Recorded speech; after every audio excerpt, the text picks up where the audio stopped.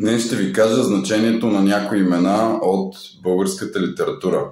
Гераците всъщност означава ястребите. Това е най-вероятно, защото те напълно могат да се изкълват помежду си. Ганьо, в Бай Ганьо, името Ганьо се свързва с пазител, най-вероятно пазител на българските ценности.